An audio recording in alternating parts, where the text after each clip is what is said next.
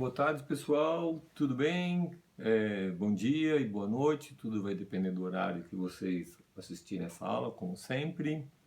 É, Deixa eu, como de hábito, dar uma olhadinha se está gravando, se está tudo ok, porque de vez em quando acontece, e acontece, da gente conduzir aqui a aula e depois descobrir que não gravou ou parou de gravar antes da gente concluir a aula. Então, vou pedir a licencinha só para dar uma olhadinha se está tudo bem aqui.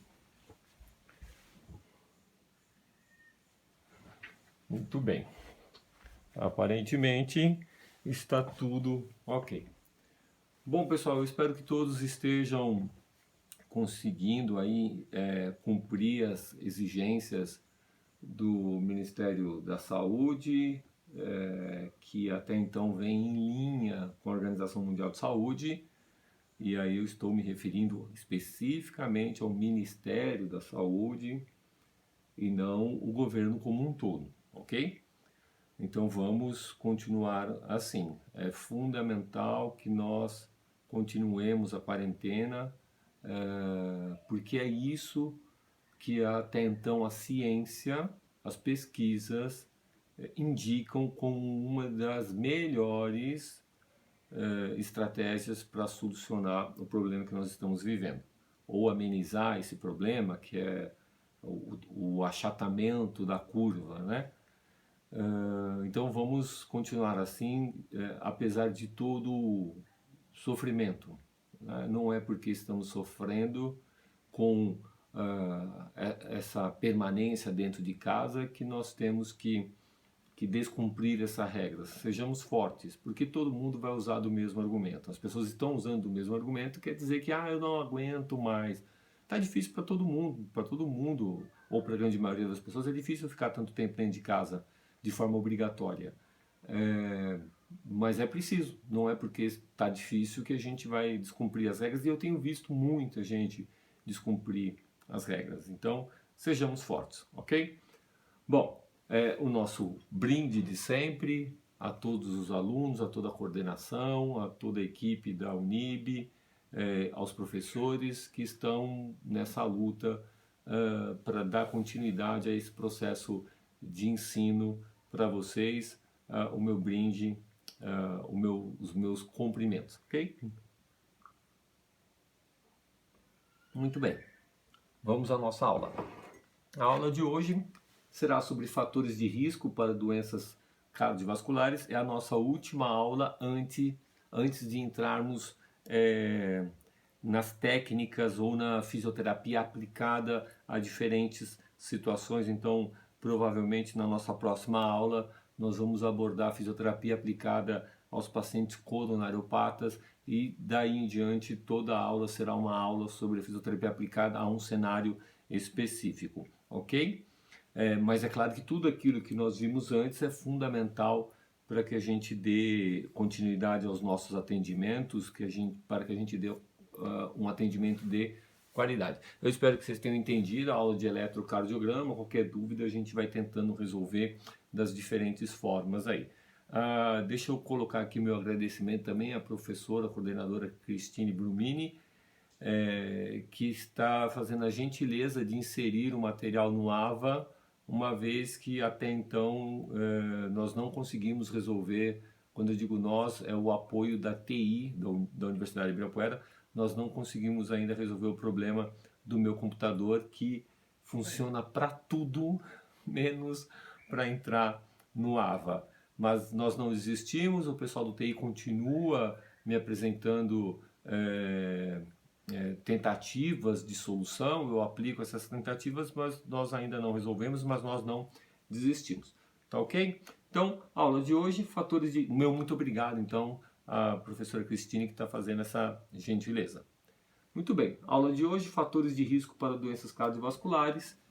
E as doenças cardiovasculares, elas, como um conjunto de doenças, são as principais causas de mortalidade no mundo. No Japão, 3 em cada 1000 indivíduos vão apresentar doença cardiovascular ou mortalidade por doença cardiovascular.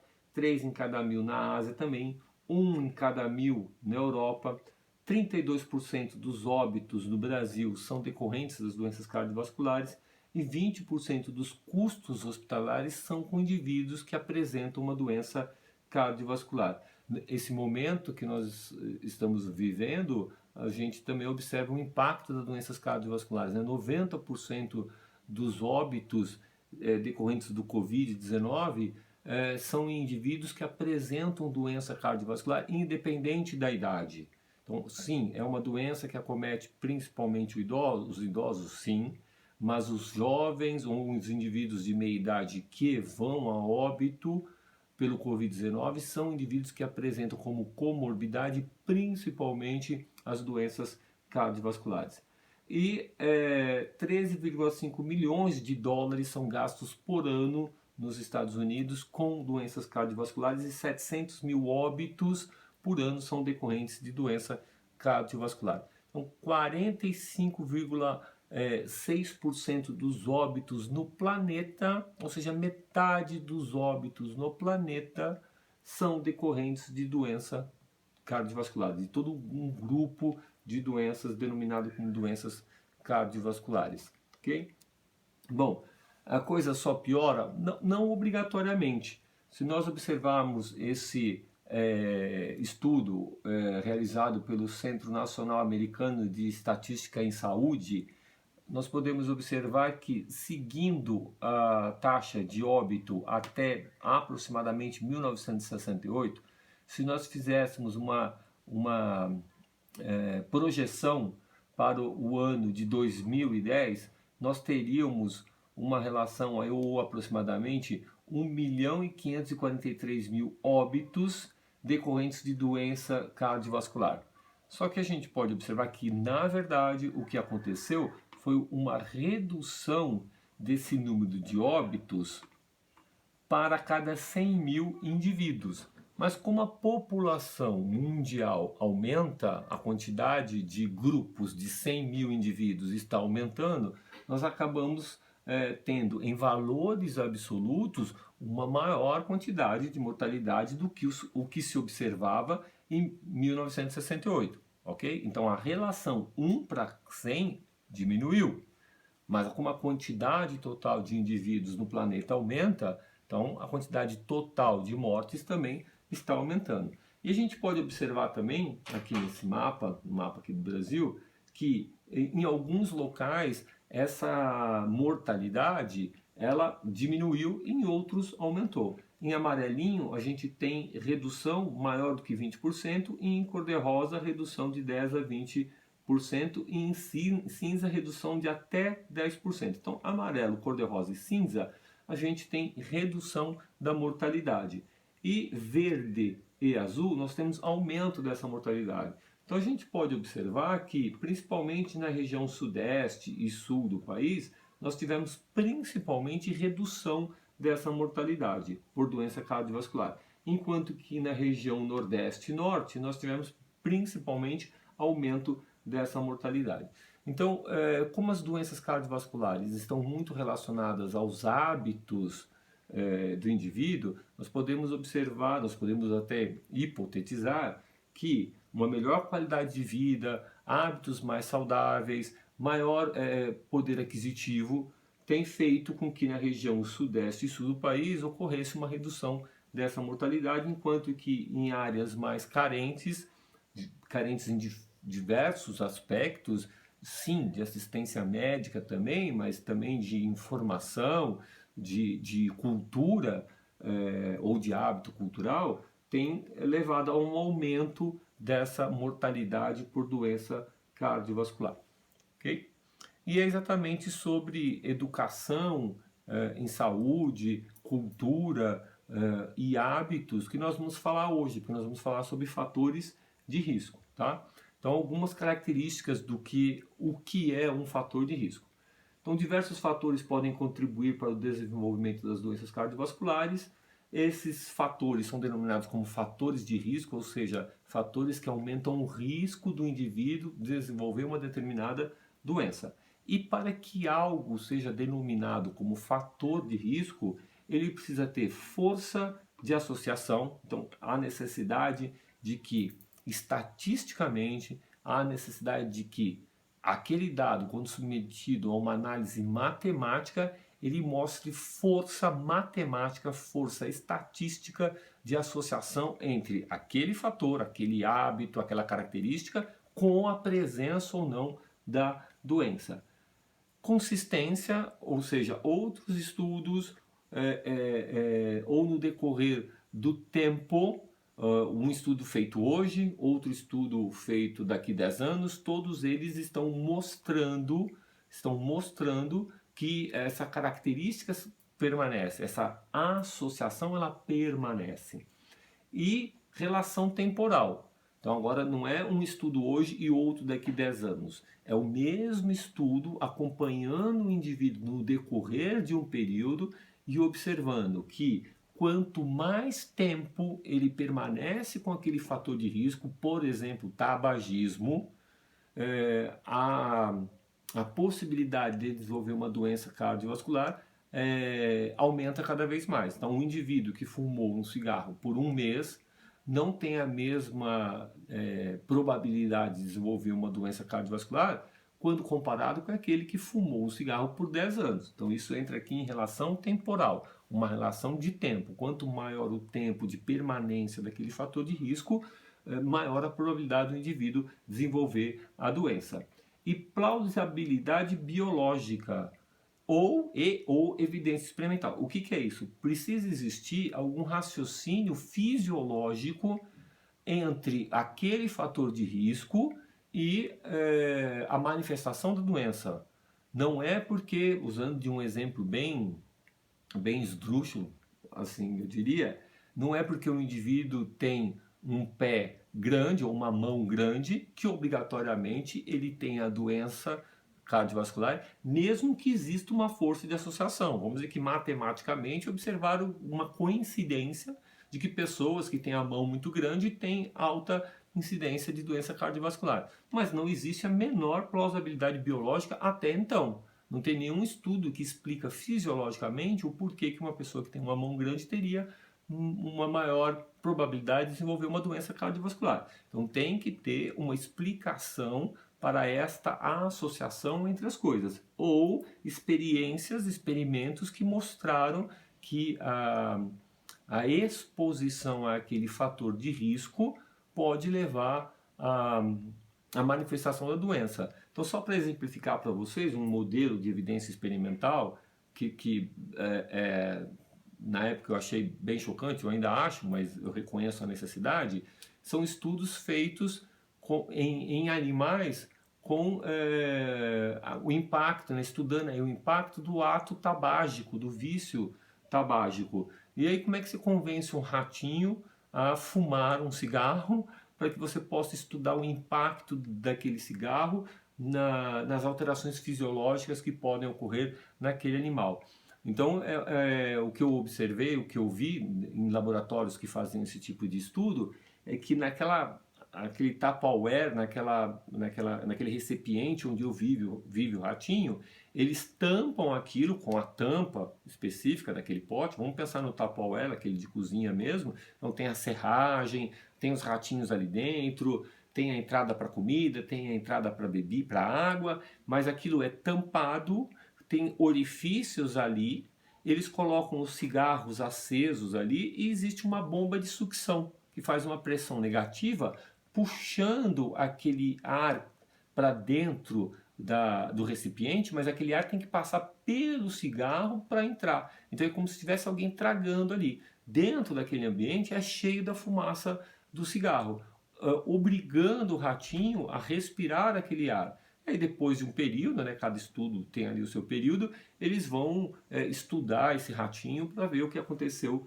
com ele, tá? Demonstrando então uma evidência experimental de que aquele ato tabágico pode causar uma determinada doença ou aumentar a probabilidade de se desenvolver esta doença, tá ok? Muito bem. E como que esses fatores de risco podem ser classificados? Eles podem ser classificados em fatores de risco positivo, ou seja, aqueles que aumentam a probabilidade do indivíduo desenvolver a doença. Então esse adjetivo aqui positivo, ele não tem um caráter bom, benéfico, embora esteja escrito positivo, ele é negativo, né? Mas vamos entender que são idade, histórico familiar, o tabagismo, hipertensão, hipercolesterolemia, diabetes mellitus e sedentarismo. Lembrando que eu estou apresentando aqui os fatores de risco para a doença cardiovascular. E um fator de risco negativo, aquele que contribui de forma negativa para o desenvolvimento da doença. Então ele é bom, ok? Ele não contribui para o desenvolvimento da doença, que é o HDL, que é o colesterol, a lipoproteína de alta densidade, que tem fator protetor, tem fator benéfico. Consequentemente, quem tem altos valores de HDL tem ali um quadro protetor, um quadro que contribui para se evitar o desenvolvimento da doença cardiovascular, tá? Bom, e os fatores de risco, eles também podem ser classificados da seguinte forma. Então, antes, voltando um slide, eles foram classificados aqui como positivo ou negativo, mas eles também podem ser classificados como modificáveis, parcialmente modificáveis e não modificáveis.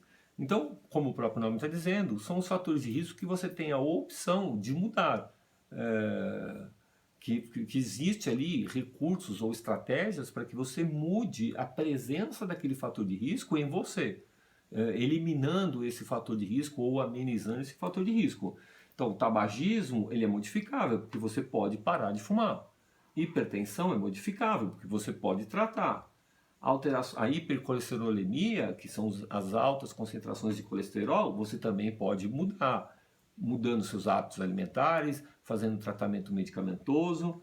A diabetes mellitus você também pode mudar. Você pode ser um paciente diabético do tipo 1, que consequentemente você não vai conseguir eliminar a doença, mas você pode melhorar o seu nível glicêmico, você pode melhorar a sua alimentação.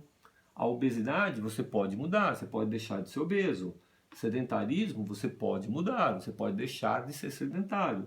E o estresse você também pode mudar, você pode rever a forma como você encara as diferentes situações da sua vida, você pode procurar um psicólogo ou um terapeuta comportamental para te ajudar a enxergar essas questões de uma outra forma e, consequentemente, diminuir o seu nível de estresse.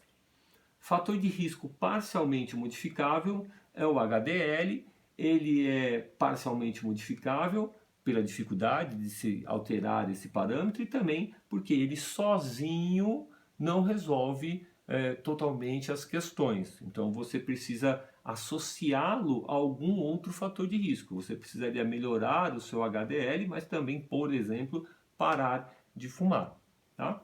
E o fator de risco não modificável, que é aquele que não tem como reverter esse cenário. A idade, quanto mais velho você fica, maior a probabilidade ou maior a possibilidade de você desenvolver uma doença cardiovascular, e você não tem como modificar isso, você vai ficando mais velho, isso é inevitável. O histórico familiar, a sua carga genética. Então, se você tem lá pai, avô, tio que tiveram doença cardiovascular, a possibilidade de você também ter, ela está aumentada por uma herança genética, por uma carga genética, e isso você não tem como mudar. O que você não tem como mudar é o fato de você ter histórico familiar, mas você tem como mudar os outros componentes e, consequentemente, diminuir o risco de doença cardiovascular.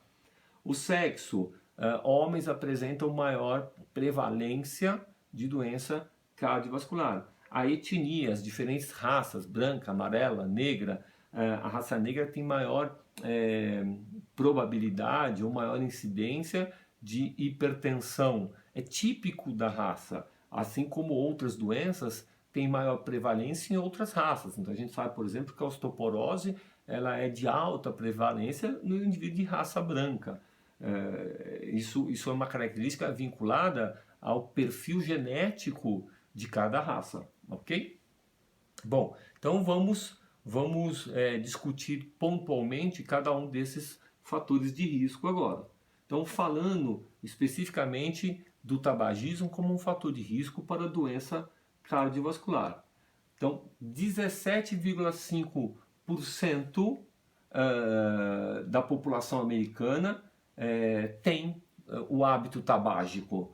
E 480 mil óbitos por ano estão relacionados ao tabagismo. Então, são indivíduos que foram a óbito que tinham também como hábito fumar, não que o indivíduo tenha ido a óbito especificamente por causa do cigarro, mas é um indivíduo que morreu, foi a óbito por um câncer que tem como fator de risco o ato tabágico. É um indivíduo que morreu de doença respiratória que tem como fator de risco o ato tabágico e ele sim, ele fumava.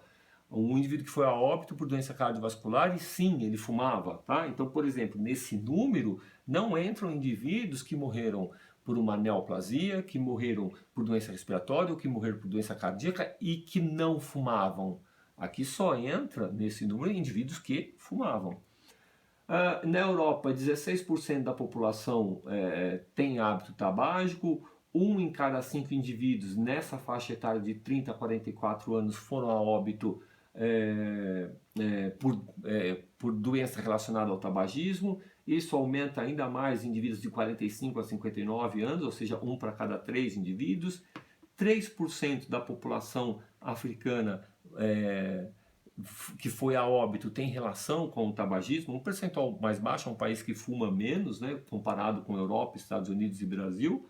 E no Brasil, 18,8%, quase que 19% da população, incluindo indivíduos a partir dos 15 anos de idade, mantém o hábito tabágico, levando aí a 200 mil óbitos por ano. Então a gente tem um percentualzinho um pouco maior de tabagistas comparado ali com os Estados Unidos, mas temos um número menor de óbitos relacionados ao tabagismo, mas provavelmente nós temos aqui uma subnotificação, porque nossos dados não são tão apurados quanto os dados americanos, ok? Então, nós temos no planeta Terra 1,2 bilhão de fumantes. 4,9 bilhões de óbitos por ano são relacionados ao tabagismo, isso no planeta todo. E estima-se que em 2025 nós tenhamos aí 10 milhões de indivíduos tabagistas, óbitos relacionados ao tabagismo.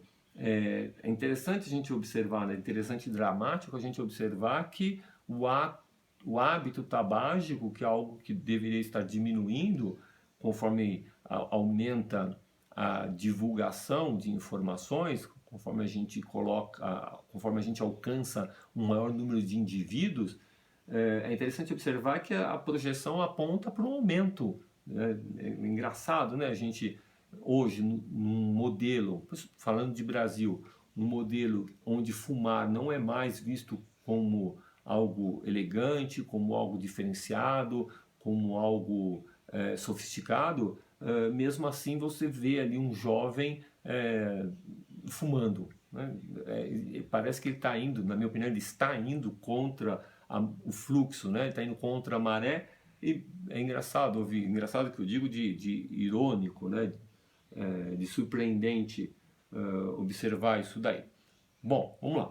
O que existe no cigarro que faz com que ele tenha como consequência o desenvolvimento da doença cardiovascular e outras doenças? Então, começando aqui pela nicotina, a gente, além do cigarro a gente pode encontrar essas substâncias. Então a nicotina, que é utilizada em repelentes, porque o inseto não é besta, ele entende, ele percebe que aquilo não é bom para ele, ele não sabe nem raciocinar o porquê disso, mas ele percebe que aquilo não é bom.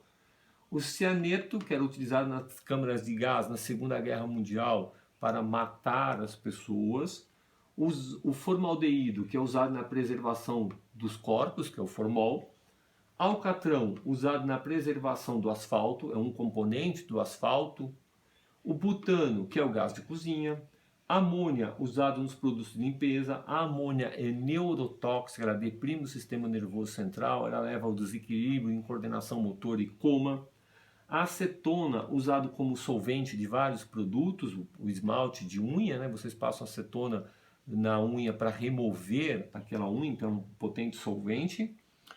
O monóxido de carbono, que é o que sai dos carros, e aí lembrando que o CO não é o CO2, não é o dióxido de carbono, é o monóxido de carbono, ele apresenta uma ligação estável com a hemoglobina, então uma vez que esse gás, esse elemento químico se associa com a hemoglobina, ele não se solta mais desta hemoglobina, ele não faz mais uma troca gasosa ao nível pulmonar, e consequentemente você vai tendo cada vez menos hemoglobinas disponíveis para fazer a troca gasosa. A inalação da fumaça que sai do carro pode levar o indivíduo a óbito, já foi uma maneira de se cometer o suicídio, quando as pessoas se trancavam dentro das garagens e deixavam o carro ligado para que elas fossem inalando o monóxido de carbono e, consequentemente, levando isso a um estado de sonolência e, consequentemente, à morte. Tá? O dicloro de fenil tricloretano, que é o veneno utilizado para matar os insetos, tanto o uso caseiro como de uso na agricultura, o cloridrato de vinil, que é usado na fabricação de plástico, o arsênio, que é usado como veneno de rato, o metopreno, que também é usado como pesticida, e o ácido sulfúrico, que é encontrado em baterias de carros, e só pelo fato de ser um ácido não é coisa boa, não é mesmo? Então estas são as substâncias que estão presentes no seu cigarro, independente do quanto você gosta ou não desse cigarro, independente do quanto aquele cigarro é bom ou ruim para o gosto que a pessoa sente, ok? Então não é porque esse cigarro tem um gosto melhor do que o outro que ele teria uma quantidade aceitável destas substâncias, tá? Bom, e quais os efeitos aí de cada uma destas substâncias? Nicotina destrói o colágeno da pele, provoca perda de elasticidade dos vasos sanguíneos e tem ação no sistema nervoso central. Então a nicotina é uma das grandes responsáveis pela aparência envelhecida que um indivíduo tem quando ele é um tabagista crônico. Se vocês entrarem na internet, vocês vão observar várias comparações entre gêmeos, onde um destes irmãos tinha o hábito tabágico e o outro não, como aquele que fuma tem uma característica envelhecida. Tá? Alcatrão deposita-se nas vias aéreas, contém várias substâncias cancerígenas, então um dos responsáveis pelos cânceres de pulmão. O monóxido de carbono liga-se ao átomo de ferro da molécula de hemoglobina, que foi o que eu comentei com vocês, mas o grande problema é que é uma ligação estável, diferente do dióxido de carbono, que é uma ligação instável. Qual é a grande vantagem dessa ligação instável? Essa hemoglobina, ela circula associada ao CO2, e essa hemoglobina, ela vai, o CO2 vai se desprender desta hemoglobina no nível pulmonar e você vai eliminar esse CO2 e essa hemoglobina ficará disponível para carregar o oxigênio e entregar esse oxigênio para os tecidos. Mas nesse cenário, onde essa hemoglobina está associada com esse monóxido de carbono, formando a carboxihemoglobina, essa hemoglobina não libera, ou melhor dizendo, esse CO, esse monóxido de carbono, não se desprende da hemoglobina, impedindo que essa hemoglobina se associe ao oxigênio. A amônia provoca irritação nas mucosas da boca e das vias aéreas, mais uma vez, lembrando que ela é extremamente neurotóxica. Solventes e metais pesados, por serem lipossolúveis, depositam-se no tecido adiposo, juntamente com a nicotina, e os solventes têm ação no sistema nervoso central. Então, uma combinação aí de substâncias que levam principalmente ao comprometimento do sistema nervoso central. Bom, professor, se isso tudo aí é tão ruim, etc, etc, por que as pessoas fumam? As pessoas fumam porque existe ali também uma série de efeitos decorrentes principalmente da nicotina. E que são efeitos que trazem uma sensação de bem-estar. Então, por exemplo, quais são os neurotransmissores liberados no sistema nervoso central por ação da nicotina? Então, dopamina, que leva a prazer, diminuição do apetite. Então, é muito comum encontrar tabagistas que não têm fome. Norepinefrina, que é a noradrenalina, coloca o indivíduo em situação de alerta e também diminui o apetite. Acetilcolina, coloca o indivíduo em alerta e melhora a cognição.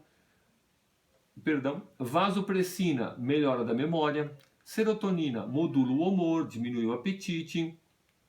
Beta-endorfina, redução da ansiedade e tensão.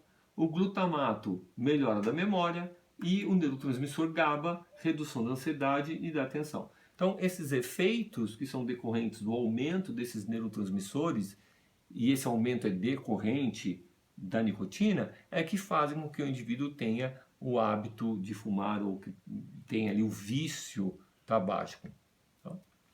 Bom, o tabagismo está relacionado a 25% das mortes de origem coronariana, angina, infarto e AVC, e isso aumenta para 40% em indivíduos com mais de 60 anos e 45% em indivíduos com mais de 65 anos. 85% das mortes causadas por doença pulmonar estão relacionadas ao tabagismo e 90% dos casos de câncer são indivíduos que fumam, ok? E dos 10% restantes, ou seja, os 10% de indivíduos que tiveram câncer do pulmão e que não fumavam, 1/3 deles, ou seja, 33% destes 10%, eles eram fumantes passivos, eles conviviam com pessoas que fumavam. 30% das mortes decorrentes de outros tipos de câncer estão relacionados com o ato tabágico. Então, boca, laringe, faringe, ou seja, câncer de boca, de laringe, faringe, esôfago, pâncreas, rim, bexiga e colo de útero. 30% dessas neoplasias ou das neoplasias nestas regiões ocorrem em indivíduos que eram tabagistas.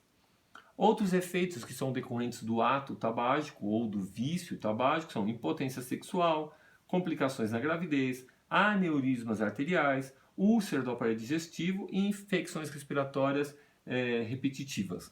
Tá? Bom, de que forma que o ato tabágico contribui para o desenvolvimento da doença cardiovascular?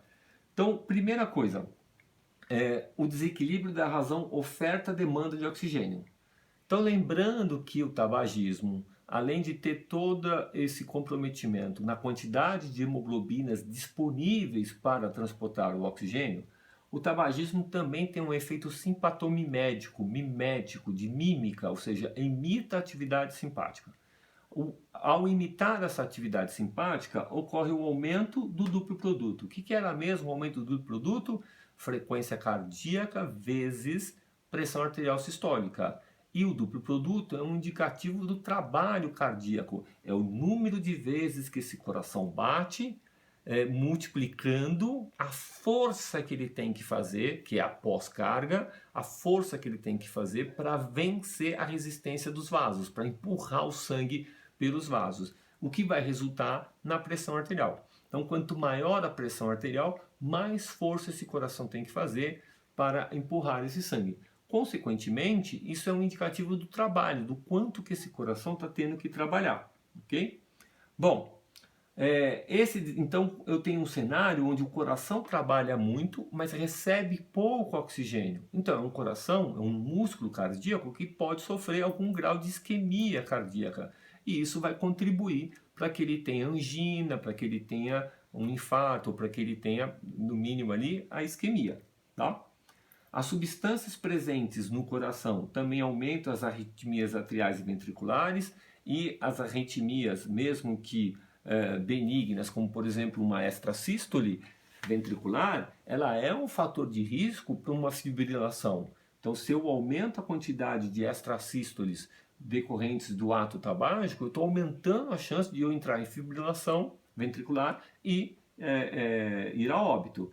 Espasmos coronarianos, contrações dos vasos coronarianos. Então, olha só, eu tenho um coração que trabalha mais, eu tenho um sangue que entrega menos oxigênio e ainda por cima o vaso coronariano fez um espasmo. A probabilidade de você infartar é ainda maior. Aumento da adesividade plaquetária, aumenta as chances de você formar trombos e, consequentemente, levar a uma obstrução de uma coronária e infartar. Disfunção endotelial e estresse oxidativo. O estresse oxidativo favorece os processos inflamatórios, vai favorecer a formação de placas de ateroma. A disfunção endotelial vai prejudicar a capacidade de vasodilatação dos seus vasos coronarianos, de todos os vasos, mas aqui a gente está falando especificamente dos vasos coronarianos, porque a gente está falando de doença cardiovascular. Então, a disfunção endotelial levando a uma redução da capacidade de vasodilatação dos vasos coronarianos. Aumento do LDL, que é o colesterol ruim, aumento da oxidação desse LDL, que é um tópico que eu vou abordar mais à frente, e redução do HDL, que é o bom colesterol, que é o colesterol que tem caráter protetor. E redução dos níveis plasmáticos de vitamina E e vitamina C, que são vitaminas antioxidantes. São vitaminas que diminuiriam a oxidação do LDL, que diminuiriam o estresse oxidativo e, consequentemente, diminuiriam o processo inflamatório sistêmico decorrente do ato tabágico, que é um processo inflamatório caracterizado por ser de baixa intensidade, entretanto, ele é sistêmico, ele acomete o corpo todo do indivíduo. Então, qual que é o impacto do tabagismo e da interrupção do tabagismo nos eventos cardiovasculares e na mortalidade em indivíduos adultos? O que a gente pode verificar aqui? Se a gente for comparar o indivíduo tabagista, o indivíduo que está fumando, e aí eu comparo com o mesmo grupo, só que parando de fumar, o tempo que ele parou de fumar, que é de 5 anos, de 5 a 9 anos, de 10 a 19 anos e mais do que 20 anos. A gente consegue observar que conforme ele vai parando de fumar, então é um indivíduo que fumava e foi parando de fumar, com o passar dos anos, a probabilidade dele desenvolver alguma doença cardiovascular vai diminuindo de forma significativa. E comparando com o indivíduo que nunca fumou. Então, o indivíduo que nunca fumou, está aqui, ele tem um risco zero de desenvolver doença cardiovascular por tabagismo. É zero porque ele nunca fumou. Então, se ele tiver uma doença cardiovascular, será por um outro motivo e não pelo tabagismo. Então, comparado aqui é zero. E aí, o indivíduo que parou de fumar há 5 anos, ele tem 4 vezes mais chances de desenvolver a doença cardiovascular do que o indivíduo que nunca fumou. Mas conforme o tempo vai passando, a partir do momento que ele parou de fumar, ele com 20 anos ele tem quase zero chances de desenvolver uma doença cardiovascular. Então, o indivíduo que tem aí 20 anos de idade e que fumou desde a adolescência, com mais ou menos aí de 10 a 20 anos, vamos colocar aí 15 anos que ele parou de fumar, então dos 20 até os 35 anos que ele parou de fumar, a probabilidade dele desenvolver uma doença cardiovascular é praticamente de origem tabágica, é praticamente zero. Tá? Então sempre vale a pena aí a gente insistir com a interrupção do ato ou do hábito tabágico. Tá? E temos aí o fumante passivo, que é a exposição involuntária à poluição tabágica ambiental. Qual a definição? Inalação por não fumantes da fumaça da queima de produtos derivados do tabaco. Então é o cigarro de palha, cigarro de cravo, o bale, cigarrilha, charuto, cachimbo e o narguilé, o narguilé, dependendo da região, tem uma pronúncia diferente. Então é o indivíduo que fuma e isso, graças a Deus, tem diminuído bastante, mas lá atrás, quando eu era criança, era muito comum pai e mãe fumar na sala com os filhos ao lado. Era muito comum os adultos fumarem dentro do carro com os vidros fechados, o ar-condicionado ligado, com as crianças ou uma pessoa que não fuma também dentro desse veículo, mas isso, graças a Deus, tem diminuído bastante. Tá? Então, o indivíduo que é fumante passivo, ele tem um risco aumentado de 1,25 para desenvolver doença coronariana por estar exposto a esse tabagismo. E aqui a gente tem a estimativa de morte em indivíduos que estão expostos a fumantes. Então eles são fumantes passivos, tá? 21.400 casos de câncer pulmonar, 35.800 casos de asma e 379 mil casos de doença cardíaca em adultos que são fumantes passivos, um estudo publicado na Lancet. E em crianças com menos de 15 anos, o que a gente tem? 1.150.000 casos de asma, 165 mil casos de infecções respiratórias e um dado que é bem interessante, 71 casos de infecção do ouvido médio. interessante porque era muita a prevalência de dor de ouvido em criança era muito alta no passado e não se sabia exatamente qual era a causa. Depois de muito tempo e diversos estudos tentando fazer associações diferentes, é que se identificou que o fator que estava associado à manifestação dessa dor de ouvido, dessa infecção de ouvido nas crianças, era o tabagismo de pai e mãe. E conforme esse hábito tabágico foi diminuindo na presença das crianças, que hoje é muito difícil a gente ver um adulto fumando do lado de uma criança de 1 ano, 2, 3 anos, a incidência dessas infecções de ouvido diminuiu bastante. Então, olha que interessante, o simples fato daquele ar que está em contato aqui com o ouvido, que está dentro do ouvido, que é um ar que se renova conforme a gente movimenta, o simples fato deste ar conter ali traços da fumaça do cigarro já era um fator irritante causando ou aumentando a probabilidade de infecção do ouvido, ok? Muito bem. Segundo item agora da nossa discussão são as alterações lipídicas, tá? Que é o colesterol, o LDL e o HDL. Então eu apresento aqui para vocês primeiro um lipidograma ou perfil lipídico, que são os nomes que nós damos para o exame de colesterol. Então, quando há necessidade de investigar as concentrações de colesterol e seus componentes, nós solicitamos um lipidograma ou um exame de perfil lipídico.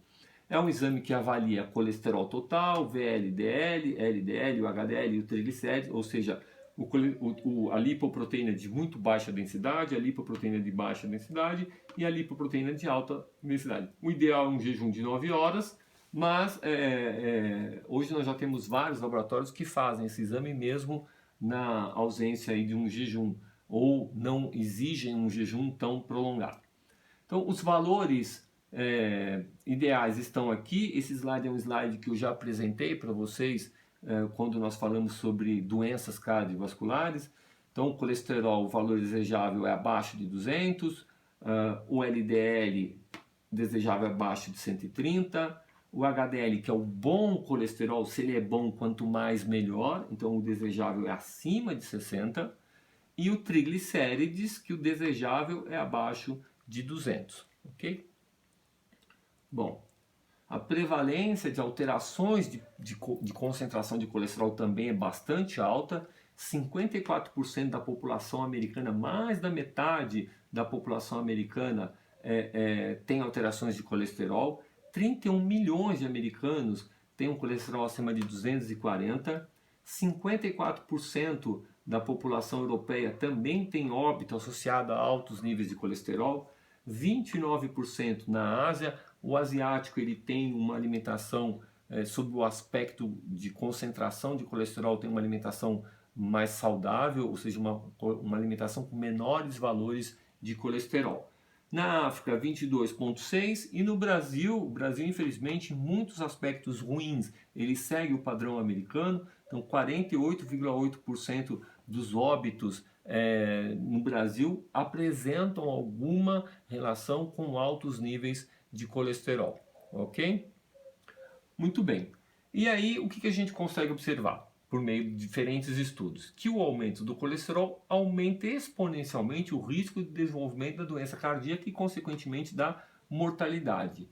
Então, uma das principais causas da doença cardíaca é o tabagismo. E aqui, observem bem que não é um estudo e cada figura aqui é um indivíduo, não é isso. Cada figura, triângulo ou quadrado, é um estudo diferente, ok? São 3 estudos, o Framingham, o Pulling e o Israeli Prospect.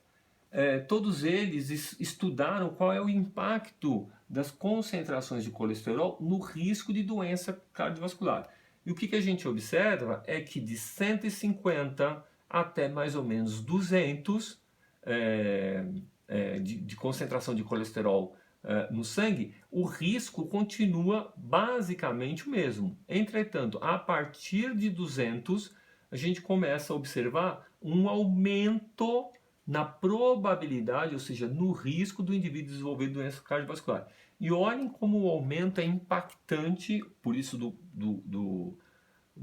por isso que ele é denominado como exponencial, porque o aumento vai se acelerando, ele não é linear, ele se acelera. O aumento daqui, vou recapitular, dos 200 até os 250, ou seja, daqui até aqui, o aumento é muito pequeno, frente a um aumento de 50 unidades, de 200 a 250. Frente a um aumento também de 50 unidades, mas agora de 250 para 300, ou seja, daqui, onde eu tenho um aumento, eu tenho um risco de quase que 1,5, eu passo para um risco de quase 4 ou de 4 vezes mais chances de você desenvolver a doença cardiovascular. Não é um aumento de 4%, é um aumento de 4 vezes, é uma multiplicação por 4. Okay? Então os riscos aumentam bastante. E quando a gente vai olhar a mortalidade por doença cardiovascular decorrente das alterações na concentração de colesterol, o componente também, ou o comportamento também é exponencial. De 250 para 300, ou seja, daqui do 250, onde eu tenho um risco aqui de 4 vezes, eu passo para um risco de quase 14 vezes do indivíduo ter aí uma mortalidade relacionada a uma mortalidade por doença cardiovascular em indivíduos que tinham altos valores de colesterol, tá? E por que que esse colesterol ele leva ou ele aumenta a chance do indivíduo ter uma doença cardiovascular? Então, abordando aqui especificamente um componente do colesterol, que é o LDL, que é a lipoproteína de baixa intensidade, o que que acontece? Vamos imaginar o seguinte, deixa eu arrumar aqui a nossa anteninha, a anteninha do conhecimento. Nós temos aqui nessa imagem, que é uma secção de um vaso sanguíneo, essa parte aqui, ó, toda essa parte é a luz do vaso, é o interior do vaso sanguíneo. Então aqui nós temos as hemácias circulando e células de defesa em azul, que são os monócitos, circulando também. Toda essa parte aqui desta figura é a parede do vaso, tudo bem? Em amarelinho aqui, ó, nós temos as partículas de LDL, que é a lipoproteína de baixa densidade. O que que acontece? Quanto maior a concentração dessa lipoproteína, ou seja, desse LDL, maior a probabilidade dele entrar dentro da parede do vaso. Até então ele estava na circulação sanguínea, aí ele entra dentro da parede do vaso. Dentro da parede do vaso, ele sofre um processo de oxidação, sendo então visto como um corpo estranho pelo seu organismo. O seu organismo passa a enxergar esse LDL como um corpo estranho. Ao enxergar isto como um corpo estranho, ele ativa o seu sistema imune. E aí esses monócitos vão também entrar pela parede do vaso, vão entrar na parede do vaso e vão se diferenciar em macrófagos. E vão fagocitar essas partículas de LDL que foram modificadas, essas partículas de LDL que sofreram um processo de oxidação.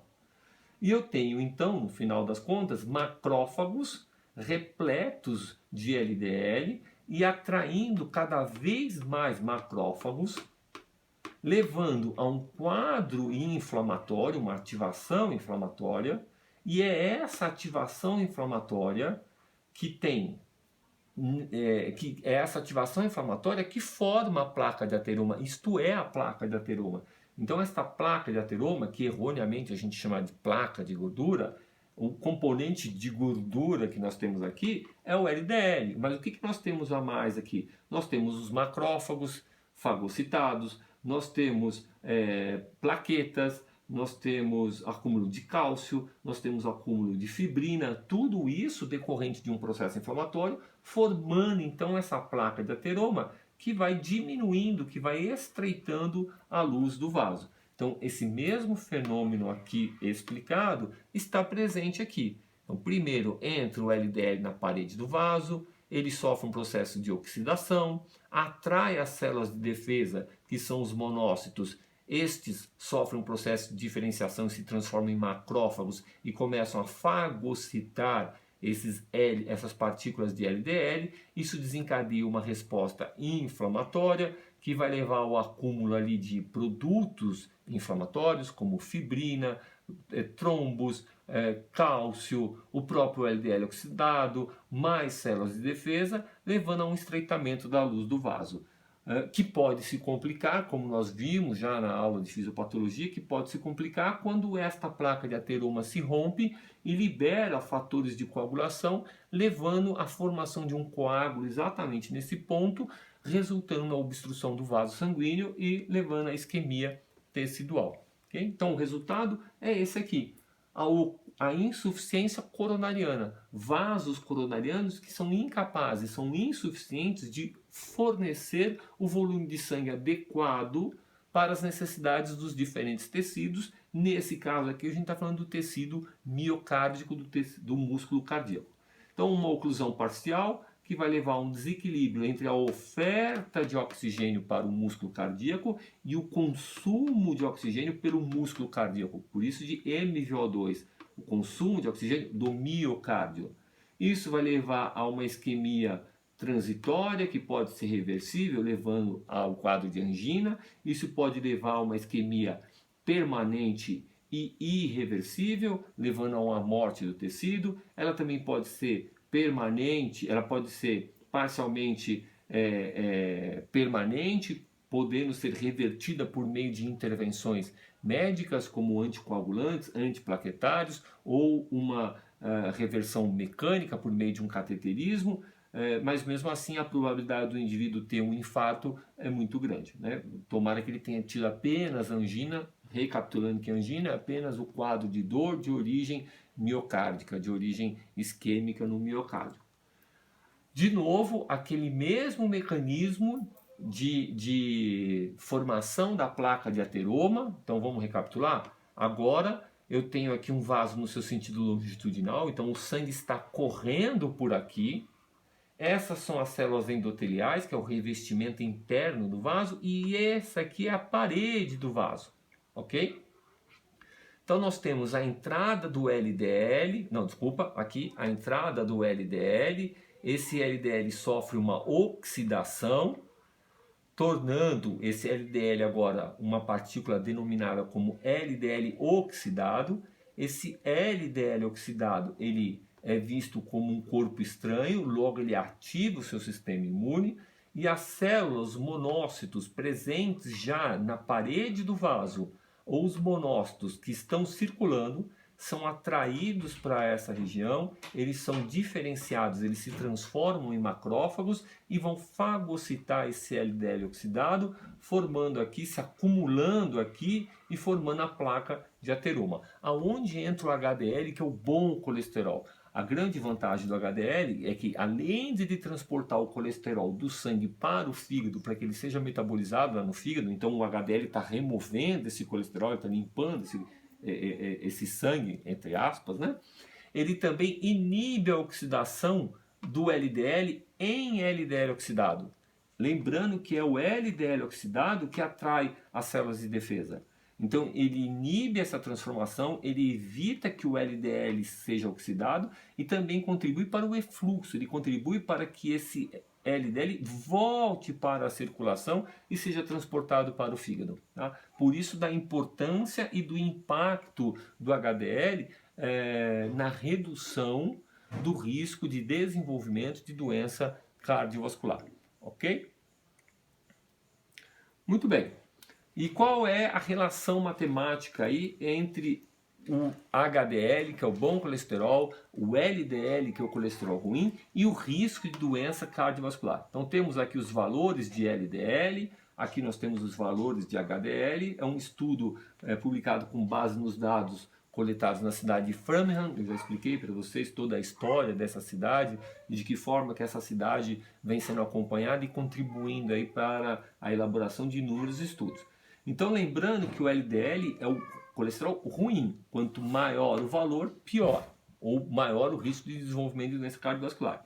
Enquanto que o HDL é o bom colesterol, é o contrário. Valores mais baixos, risco aumentado. Valores mais altos, riscos diminuídos. Então, quando a gente pega, por exemplo, um indivíduo, aqui em vermelho, que é o indivíduo que tem baixíssimos valores de HDL, que é o bom colesterol, mas ele tem também altos valores de colesterol, o risco dele está extremamente aumentado. Ele tem 3 vezes mais chance de desenvolver doença cardiovascular. E quando nós pegamos um indivíduo que tem altos valores de colesterol, que é esse verdinho, desculpa, altos valores de HDL, mas mesmo ele tendo altos valores de colesterol ruim, o risco dele está bem diminuído. E o cenário ideal é este indivíduo que tem altos valores de bom colesterol, de HDL, e ele tem também baixos valores do LDL. O risco dele é basicamente ou praticamente zero para se desenvolver doença cardiovascular decorrente de alteração do colesterol, ok? Vamos lá. E o exercício físico é uma estratégia para melhora desse perfil lipídico. O que é realmente muito claro, que possui aí fortes evidências, é que o exercício ele diminui os valores de triglicérides. Então lá na aula de fisiologia do exercício, quando nós falamos de metabolismo aeróbio e nós falávamos, abre aspas, de queima de gordura, metabolismo aeróbio, a gente estava se referindo à queima ou à utilização do ácido graxo, e esse ácido graxo advém do triglicérides. Lembrando que o triglicérides é uma molécula de glicerol com 3 moléculas de ácido graxo. Eu quebro esse triglicérides e utilizo esse ácido graxo lá no meu metabolismo aeróbio. Muito bem. Agora, não são muitas as evidências de que o exercício melhora o perfil lipídico, tirando o triglicérides. Alguns estudos mostram o que nós gostaríamos: redução do LDL e aumento do colesterol, desculpa, e redução do colesterol total. Isso é ótimo. E aumento do HDL. Mas tem estudos que não conseguiram observar essa mesma alteração, apenas a alteração no triglicérides. Em contrapartida, estudos que se utilizaram de estratégias alimentares mostraram que uma alimentação adequada é a melhor estratégia para diminuir os níveis de colesterol e do LDL e aumentar o HDL. Então, de novo, altos valores de triglicérides, o exercício é um excelente recurso, tá? Uma excelente ferramenta terapêutica. Altos valores de colesterol total ou de LDL, a alimentação. Procurar um nutricionista para que ele faça uma alimentação voltada, para que ele faça a prescrição de uma dieta voltada para a melhora do perfil lipídico. Ok, pessoal? Muito bem. Deixa eu dar uma olhadinha se está gravando, se está tudo ok ali.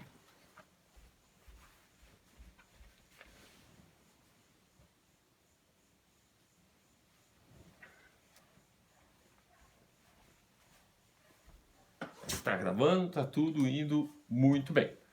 Vamos lá. Outro fator de risco que nós vamos abordar, na aula de hoje a gente vai concluir aqui com hipertensão, ok? E continuaremos na próxima aula. Então, hipertensão, aí é uma festa, né, gente? 50 milhões de americanos apresentam valores de pressão arterial acima de 140 por 90 ou milímetros de mercúrio ou 14 por 9 centímetros de mercúrio.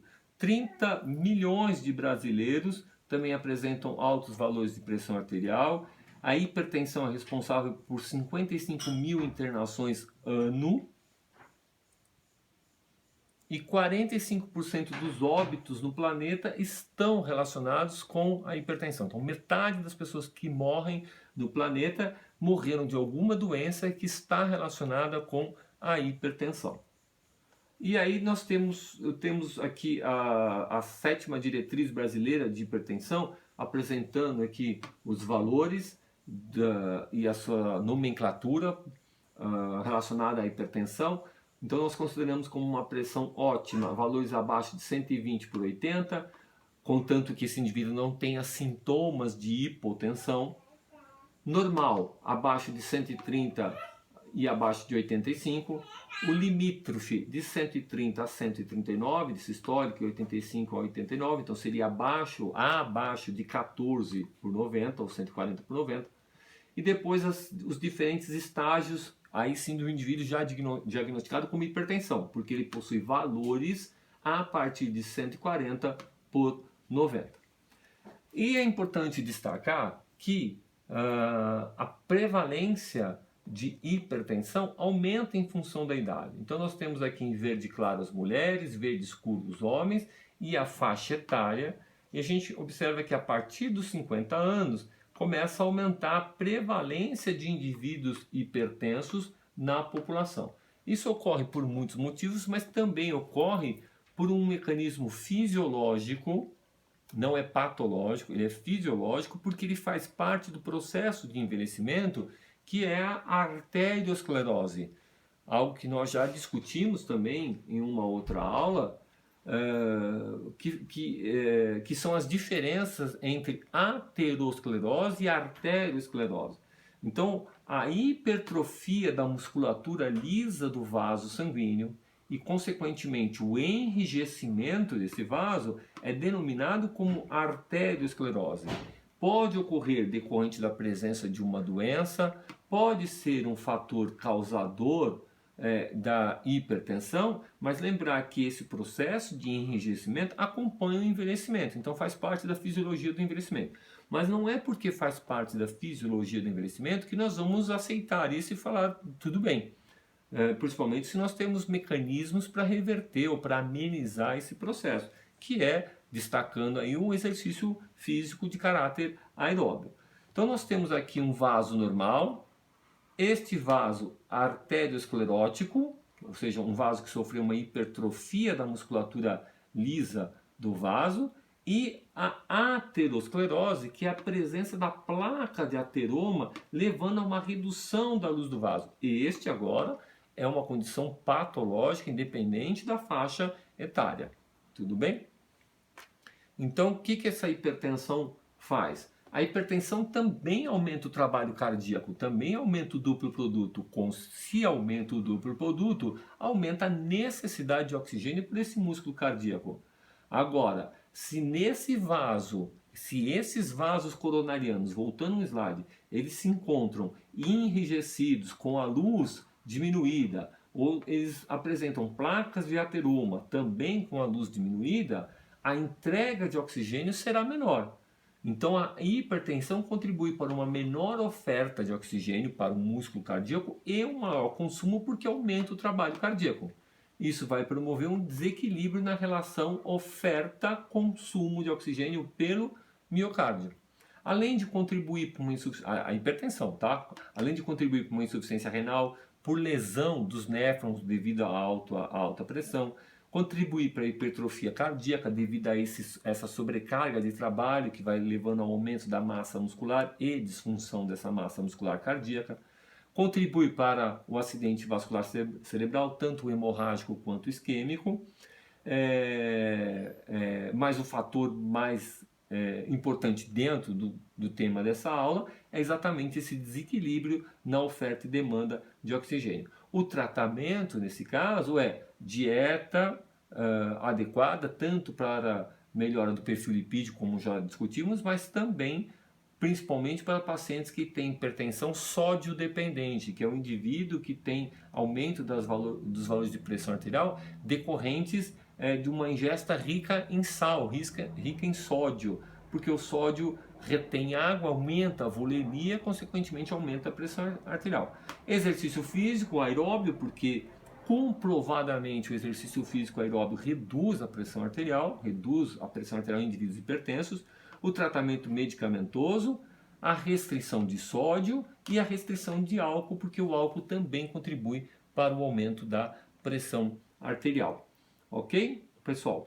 Bom, nós pararemos aqui agora, retomaremos na próxima aula. Na próxima aula a gente vai falar de diabetes como um fator de risco para doença cardíaca e outros, né? O perfil psicológico do indivíduo, a placa de cálcio, todos como fatores de risco para a doença cardiovascular, ok? colocarei essa aula lá no YouTube, enviarei para vocês.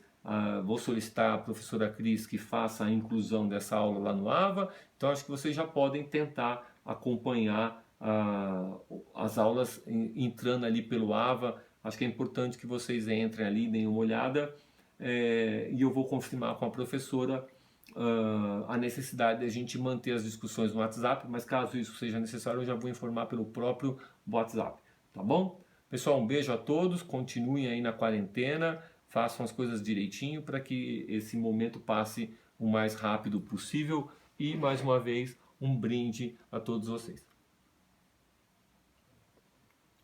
Obrigado, um abraço a todos.